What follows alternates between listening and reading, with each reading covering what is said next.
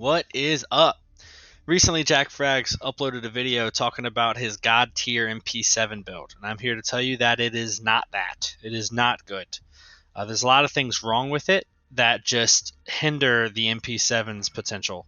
So I'm going to break down his build, and then I'm also going to show you my build, and then at the end we'll break down tutorials of our visual demonstrations of why everything I'm saying is true, and I'll have timestamps in the description so you can snap straight to the visuals if you want to see that. So I'm not going to talk too much about his build except for to focus on the cons, and I'll also describe the cons of my build as well. But his build has two things that I don't like mainly. The mags, because MP7 already hurts. You don't need extra mags unless you know you have bad shots.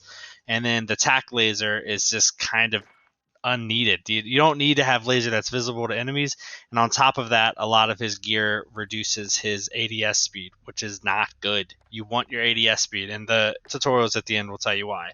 As far as his perks, EOD, Ghost, Amp, not bad, but I think Cold-Blooded would probably be the better choice. And then he has C4, which I guess that's personal preference. Due to the vehicle meta, I can understand people being scared of vehicles and wanting C4.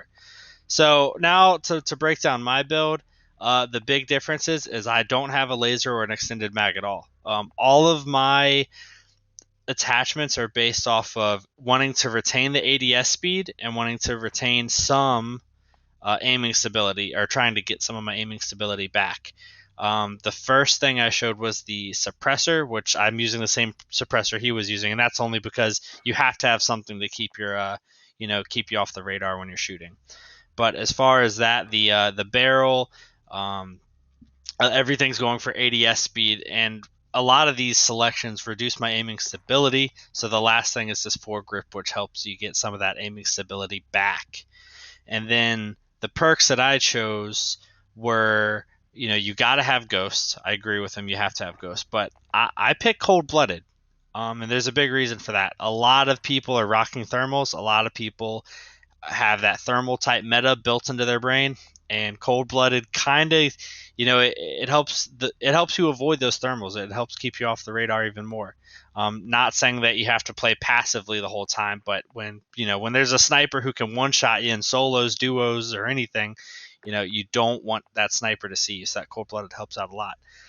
I'm not as afraid as the vehicle meta, so I go with frag grenades, and I agree with him that the heartbeat's the best. So to break down the hipfire, basically this is JackFrags build, and I'm just gonna shoot side by side two hipfire sprays, and it doesn't look too bad. It's pretty close. It's consistent, but when you compare it to my build, you just hip firing from the hip, nothing special. I'm not moving or pulling down or anything. I'm just hitting fire, and that's it. And when you get a nice close look and you look at the spread, you can see the bottom's aligned with the bolts and the top's pretty even. And then you look at his and you realize that it's pretty much in line with the top of my spread, but the big difference is the bottom. A lot of his bullets are below the bolt line. And for that reason, I think from a hipfire perspective, my build wins that one. So then you got to break down, you're not always doing long fights, but when you are doing long fights, you want to look at the spread. He actually addressed this in his video, and he pretty much hit it dead on. On the right side is his, on the left side is mine. But as far as the build goes, the spread is consistent. So from a hipfire perspective, I think my build won from from a spread at a short to medium range. I would say it was pretty much a draw.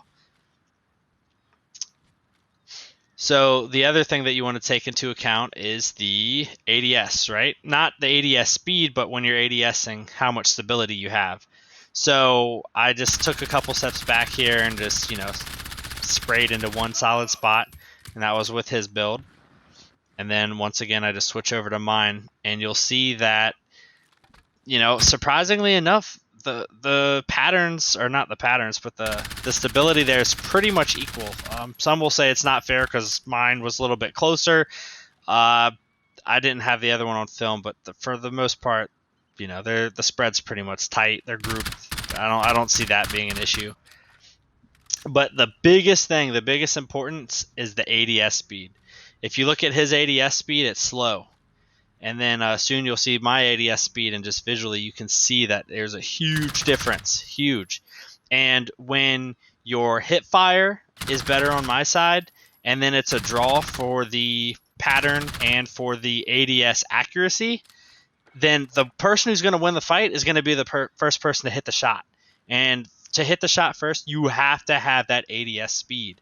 And you can see here that the ADS speed on my build is just far superior.